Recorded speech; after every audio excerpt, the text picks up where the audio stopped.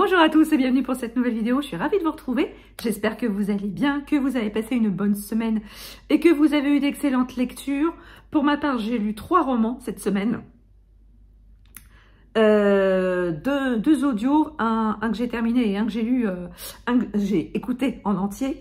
Et un beau roman, une pavasse en roman papier, et j'ai fait une petite réception, mais je vais tout de suite vous parler des romans que j'ai lus. Donc en audio, je poursuis toujours mon écoute de la saga historique classique que je poursuis depuis plusieurs semaines maintenant. Il s'agit du tome 5 des Rois Maudits de Maurice Druon, La Louve de France. Je vous mettrai la petite étiquette ici. Alors ici, dans ce 5e tome, on est plusieurs années après les événements du 4e, hein, et on se retrouve plongé dans la cour d'Angleterre. J'avoue que ça m'a un petit peu déstabilisée, parce que je me suis dit, oui, bon, bah d'accord, on est à la cour d'Angleterre, qu'est-ce qui se passe? C'est quoi le lien avec la France? Bon, au fur et à mesure du récit, on l'apprend quand même un petit peu. Excusez-moi, hein, mais bon, moi, à l'époque des Rois Maudits, j'avais complètement zappé les liens entre l'Angleterre et la France de l'époque. Bref. Donc, le roman commence avec une évasion du comte Mortimer qui s'évade, je crois que c'est de la Tour de Londres,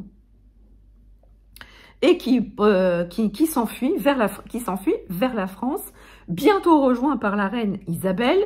Isabelle qui est mariée au au roi Édouard, roi d'Angleterre, bien que celui-ci soit plus enclin à profiter des amours masculines que celui de sa femme.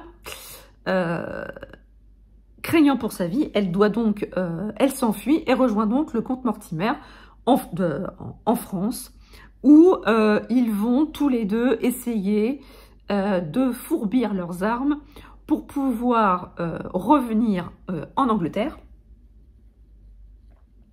et récupérer le trône d'Angleterre pour le fils de la reine Isabelle.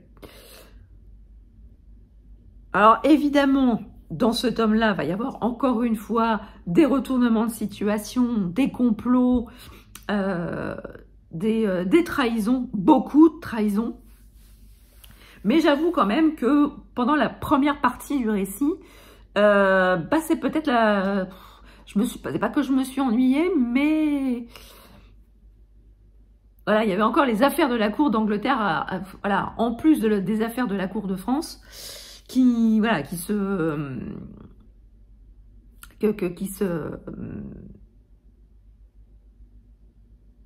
montait en sandwich, parce que là, excusez-moi, mais là, j'ai pas le mot qui me vient. Voilà, ça se superposait, voilà. Et c'est peut-être le tome qui m'a le moins plu de la saga. Comme je vous dis, parce que j'ai eu du mal à raccrocher les wagons. Je voyais pas trop au début le lien avec l'Angleterre. Donc voilà, mais sinon, la deuxième partie du récit m'a fait retrouver ce qui me plaît vraiment dans cette saga, c'est les intrigues de cour, les complots, les trahisons, et tout ça porté par une plume, je le répète encore une fois, mais une plume extrêmement actuelle de Maurice Druon, même s'il a écrit cette saga dans les années 1955-57, voire 60, c'est pour moi une plume encore actuelle. Et alors, je tiens quand même à souligner que tout l'attrait audio, c'est non seulement le texte de Maurice Druon, mais c'est aussi la voix du narrateur qui s'appelle Jérémy Covillo. Jérémy Covillo, il incarne il incarne réellement tous les personnages de ce récit, les grands, les petits, les nobles, les rois, les reines, et tous les petits gens. Il incarne réellement tous ces personnages, il porte ce récit à bout de voix, et je trouve ça absolument formidable. Je ne me lasse absolument pas de de cette saga dont je suis en pleine écoute du tome 6. Donc j'approche quand même doucement de la fin. Et autant vous dire que voilà, je pense que cette saga sera réellement une de mes sagas coup de cœur de 2024. Parce que franchement, je passe un excellent moment avec cette saga. Et je vous en reparlerai encore sûrement la semaine prochaine. Et voire la semaine d'après, où je vous donnerai vraiment mon avis final sur la saga. Ensuite, toujours en audio, grâce à la plateforme NetGalley, j'ai lu Les Guerriers de l'Hiver d'Olivier Norek. Publié aux éditions, je ne sais plus. Ça vous avance, hein, les gars.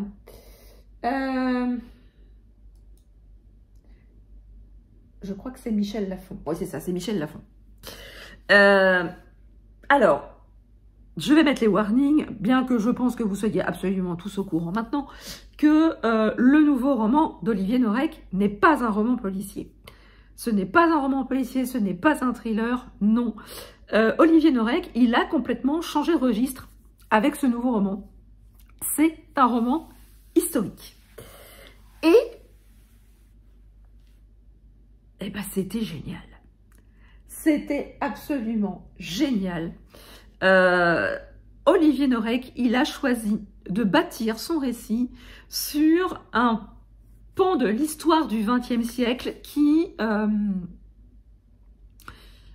pour ma part, je ne connaissais absolument pas, qui est passé complètement à l'as dans nos cours d'histoire quand on était plus jeune. Il a choisi de ancrer son récit dans la guerre d'hiver, la guerre qui a opposé la Finlande à la Russie du 30 novembre 1939 au, je crois, 13 mars 1940, à l'aune de la Seconde Guerre mondiale, conflit voilà, qui ne cesse d'alimenter beaucoup de littérature dans plusieurs genres différents. Ici, on va se baser sur décembre, janvier, février, mars, sur à peu près 4 mois de conflit qui a été extrêmement meurtrier des deux côtés. Tout ça pourquoi? Tout ça parce que Staline voulait envahir la Finlande afin de contourner et d'arriver en Allemagne pour aller voir, pour un peu prendre en tenaille ce bon vieux Hitler. Sauf que la Finlande, le gouvernement finlandais n'a jamais plié les chines devant devant l'ordre quasiment de Staline. Donc, les deux pays sont rentrés en conflit. Et pour les Finlandais, ça a été vécu comme un cataclysme parce que tous les hommes vaillants ont été envoyés au conflit. Pour la majorité d'entre eux, ceux-ci n'avaient jamais tenu une arme à la main de leur vie. Donc vous avez envoyé des ouvriers, vous avez envoyé des paysans, vous avez envoyé des hommes lambda et quelques femmes sur le front pour affronter une horde de soldats russes absolument aguerris avec des moyens, avec des armes extrêmement plus conséquentes que ne l'était l'arsenal finlandais à l'époque. Et on va suivre l'histoire d'un homme qui a réellement existé. Il s'appelle Simo. Simo, c'est un jeune homme qui aimait exercer le tir comme ça pour son plaisir. Et cet homme va être envoyé sur le front de la guerre d'hiver avec beaucoup de ses camarades qui habitaient dans le même village que lui. Et cet homme va devenir proprement une légende. Il est devenu sniper pour l'armée finlandaise et il va être surnommé la mort blanche parce que à chaque fois qu'il a abattu un soldat russe, absolument personne dans le camp adverse ne voyait d'où la mort arrivait. Et franchement, Alors au début, on est quand même dans des considérations politiques et historiques. Et voilà, on voit un petit peu se constituer tous les contingents qui vont être envoyés sur le front. Et on va apprendre à connaître tous ces hommes qui vont être envoyés sur le front et qui ne connaissaient absolument rien à la guerre. Alors forcément, c'est pendant l'hiver, donc au nord de l'Europe, il fait extrêmement froid. C'est extrêmement compliqué. Les conditions de vie sur le front sont extrêmement rudes, que ce soit d'un côté ou de l'autre. Et le quotidien de tous ces hommes et ces femmes va être extrêmement difficile. Mais on va suivre tous ces personnages qui sont liés envers et contre tout pour défendre leur pays, envers et contre tout. Et c'était vraiment... Ah, c'était exceptionnel. Il y a des moments extrêmement émouvants et des moments qui sont drôles. Voilà, il y a des petites touches d'humour. Alors bon, je vous rassure tout de suite, il n'y en a pas beaucoup. Mais par moments, voilà, il y a une espèce d'entrain avec ces personnages, malgré toute la difficulté qu'ils sont en train de vivre. Et ben, ils essayent quand même de trouver des moments, de trouver un petit peu de positif. Et franchement, j'ai adoré. C'est vraiment un très beau coup de cœur que j'ai eu pour ce roman, pour l'histoire de ces hommes et de ces femmes qui sont un peu les parents pauvres de l'histoire, parce que c'est pour moi une période de l'histoire que je ne connaissais absolument pas. Alors peut-être que les grands férus d'histoire connaissaient cette partie-là, j'en doute pas, mais pour des personnes comme moi, j'aime bien l'histoire, hein, c'est pas la question, mais voilà, je ne connaissais pas ce conflit. J'ai appris à le connaître via la plume d'Olivier Norek, qui a fait énormément de recherches, car il le dit lui-même dans les remerciements à la fin du roman, où il a fait vraiment beaucoup de recherches. Il s'est rendu sur place pour faire ses recherches sur ce roman, pour mettre en lumière ces hommes et ces femmes, et pour mettre en lumière aussi l'histoire de Simo. Et je ne saurais trop vous conseiller d'écouter ce roman, lu par l'exceptionnel Thierry Blanc, qui a porté ce récit de bout en bout avec sa voix. Et il y a aussi de la musique et des bruitages à chaque début de chapitre. Et franchement, ces bruitages et cette musique, la voix de Thierry Blanc, ça vous transporte directement sur le front.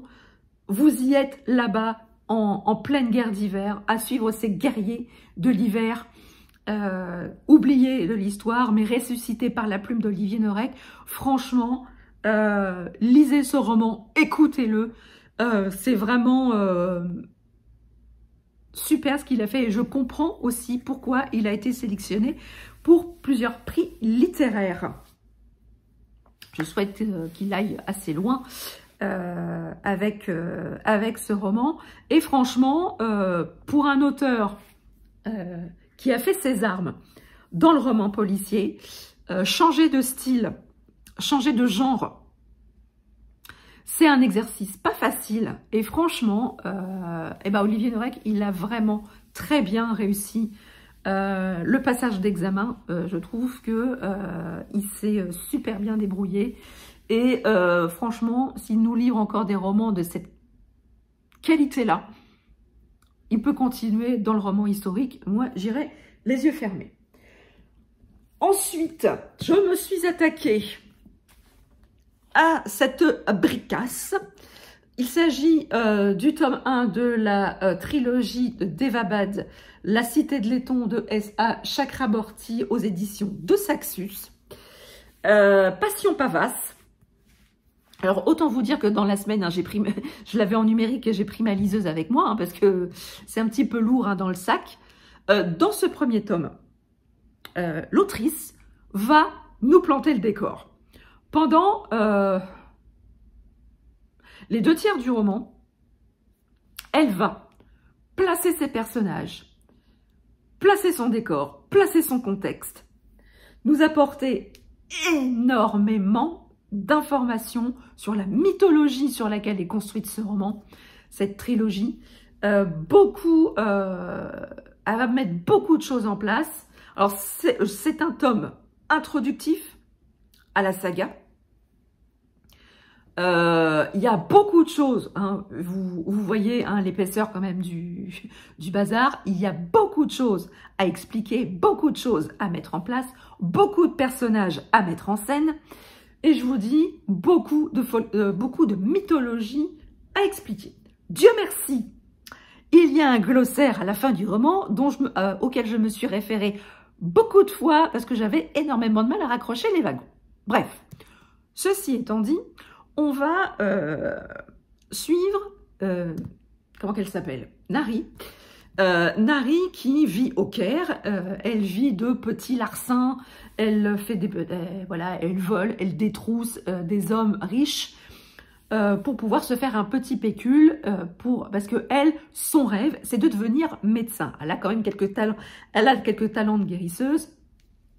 Elle est amie avec un apothicaire du Caire qui la laisse un petit peu préparer ses potions, enfin 2-3 bricoles. Mais elle, son rêve, c'est de devenir médecin et d'avoir son propre cabinet au Caire. Sauf que, un jour, lors d'un de ces menus larcins, voilà, rien va ne se passer comme prévu. Elle va invoquer un djinn, alors, plus particulièrement un deva. On va rester simple, on va parler de djinn. Elle va l'invoquer ils vont très vite, ils vont s'apercevoir qu'il y a des créatures plus féroces les unes que les autres qui veulent les tuer. Et ils vont devoir faire équipe tous les deux. Et Dara, puisque c'est le nom de ce fameux djinn, va escorter Nari vers la cité de Devabad, cité où elle sera en sécurité, parce que c'est là que vivent les ancêtres de Nari. Parce que Nari, elle est pas vraiment celle qu'elle croyait être. Elle est issue d'un... Elle a dans son sang des gènes des gènes que l'on apprend un peu plus tard, mais voilà, sa mère était quelqu'un d'extrêmement redouté, c'était une femme très puissante, et évidemment, elle lui ressemble comme de gouttes d'eau, et son arrivée à Devabad va faire vraiment grand bruit. Parallèlement à ça, dans la cité de Devabad même, on va suivre le prince Ali. Alors le prince Ali, c'est le cadet de la famille. Il est un peu gauche, il est extrêmement érudit. Bon, il manie un petit peu le sabre, jusqu'au jour où son père le nomme Caïd. Caïd de son frère, qui est en passe de devenir le futur roi de la cité de Devabad. Et le fait de ne plus habiter à la citadelle et de fréquenter la cour plus qu'il ne l'a jamais fait, va lui apporter bon nombre d'ennuis et bon nombre d'aventures. Alors bien évidemment, vous vous en doutez, au fil du récit, tous nos protagonistes vont se rencontrer. Et il va se passer une multitude de choses dans cette fameuse cité de Devabad. Alors, comme je vous dis, c'est un tome introductif. Pour vraiment être à l'aise avec tous les termes du folklore moyen-oriental, il faut quand même s'accrocher pendant les 2/3 du roman, pendant à peu près toute la mise en place de l'intrigue et du folklore. Faut au moins ça. Et la dernière partie du roman, elle est vraiment explosive, menée tambour battant, sur des chapeaux de roue, il y a des rebondissements, et évidemment, la fin laisse un goût de il faut la suite. Bon, je l'ai, cette suite. Bien évidemment, j'ai pu emprunter le tome 2, donc évidemment, je vais me jeter dessus. Alors, le tome 1 n'est pas un coup de cœur. J'ai pas dit mon dernier mot, concernant l'intégralité de cette saga, mais il y a tous les ingrédients d'une saga de fantasy qui peut devenir une saga coup de cœur. Il y a des personnages attachants, des personnages complexes, une mythologie extrêmement riche. Voilà, ça sent, quand vous vous promenez dans les rues de Daevabad, ça sent les épices, ça sent l'encens, ça sent le bois de cèdre, il y a plein d'odeurs là qui vous titillent. Un soir, franchement, j'ai allumé ma bougie de chez Ava Aimé, senteur Maroc. Et voilà, alors évidemment, hein, l'action n'est pas située au Maroc, mais voilà, j'ai senti les odeurs et pendant ma lecture, j'étais vraiment embarquée dans cette ambiance. Voilà, si vous avez des bougies parfumées, un peu bois de santal, un peu... oui, c'est ça, un peu encens, un peu bois de santal, bah, franchement, allumez-les pendant votre lecture et franchement, vous serez transporté là-bas.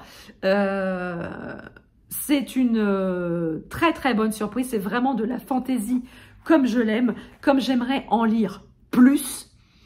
Parce que je trouve que ça se perd un petit peu, hein, la vraie fantaisie, avec un bel univers de magie, avec des beaux personnages, avec un univers complexe et riche. Franchement, j'aimerais lire des sagas fantasy de cette catégorie-là vraiment plus souvent, et j'espère très sincèrement que la suite de cette saga me donnera raison et qu'on ira peut-être vers une saga coup de cœur. Voilà. Enfin, j'ai fait une petite réception cette semaine. J'ai reçu ce livre dans le cadre de l'opération Masse Critique de Babelio. Il s'agit de Le printemps reviendra de Nour Maloé aux éditions Récamier. Il est tout court et franchement, je vais vous lire la 4e de couverture parce que c'est une 4e qui m'a vraiment beaucoup interpellée. Afghanistan, juillet 2021, Kaboul s'habille pour la guerre. Les troupes américaines ont déserté et les talibans sont aux portes de la ville. Marwa, chirurgienne et mère de 3 adolescents, le sait. Les autres fois sont des lendemains.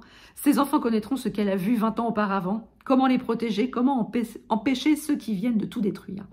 Les femmes revêtent leurs burkas bleus, les commerçants repeignent leurs devantures, la musique cesse de retentir, la peur est une enclume, pire que la mort. Même si les causes perdues ne le sont jamais, Marwa peine à entrevoir une issue heureuse. Elle est face à un choix impossible, fuir ou rester. Mais fuir où? Et pour quelle ville? D'une écriture fulgurante et poétique, et à travers le regard de Marwa, héroïne du quotidien se battant contre la fatalité de son destin et de celui de toutes les femmes afghanes, Nour Maloé décrit ces jours interminables du 4 juillet au 15 août 2021 qui scelleront pour longtemps le futur des Afghans. Voilà, on écrit beaucoup sur l'Afghanistan, mais c'est toujours bien d'avoir le point de vue d'une femme afghane sur ce qui se passe dans son pays. Et voilà, c'est un roman qui me faisait de l'œil. Et je vous donnerai donc mon avis assez rapidement sur ce roman qui me fait très très envie. Donc voilà, j'espère que cette vidéo vous aura plu. N'hésitez pas à me dire en commentaire si je vous ai donné envie de lire les romans que je vous ai présentés. Si vous les avez lus, n'hésitez pas à venir en commentaire pour venir en discuter avec moi. N'hésitez pas à mettre un petit pouce en l'air, à partager votre instant de visionnage, à vous abonner si ce n'est pas encore fait. C'est gratuit, ça fait plaisir et ça ne fait de mal à personne. Sur ce, je vous laisse. Je vous souhaite une très très belle journée, de très très belles lectures et je vous dis à très bientôt pour une prochaine vidéo. Ciao!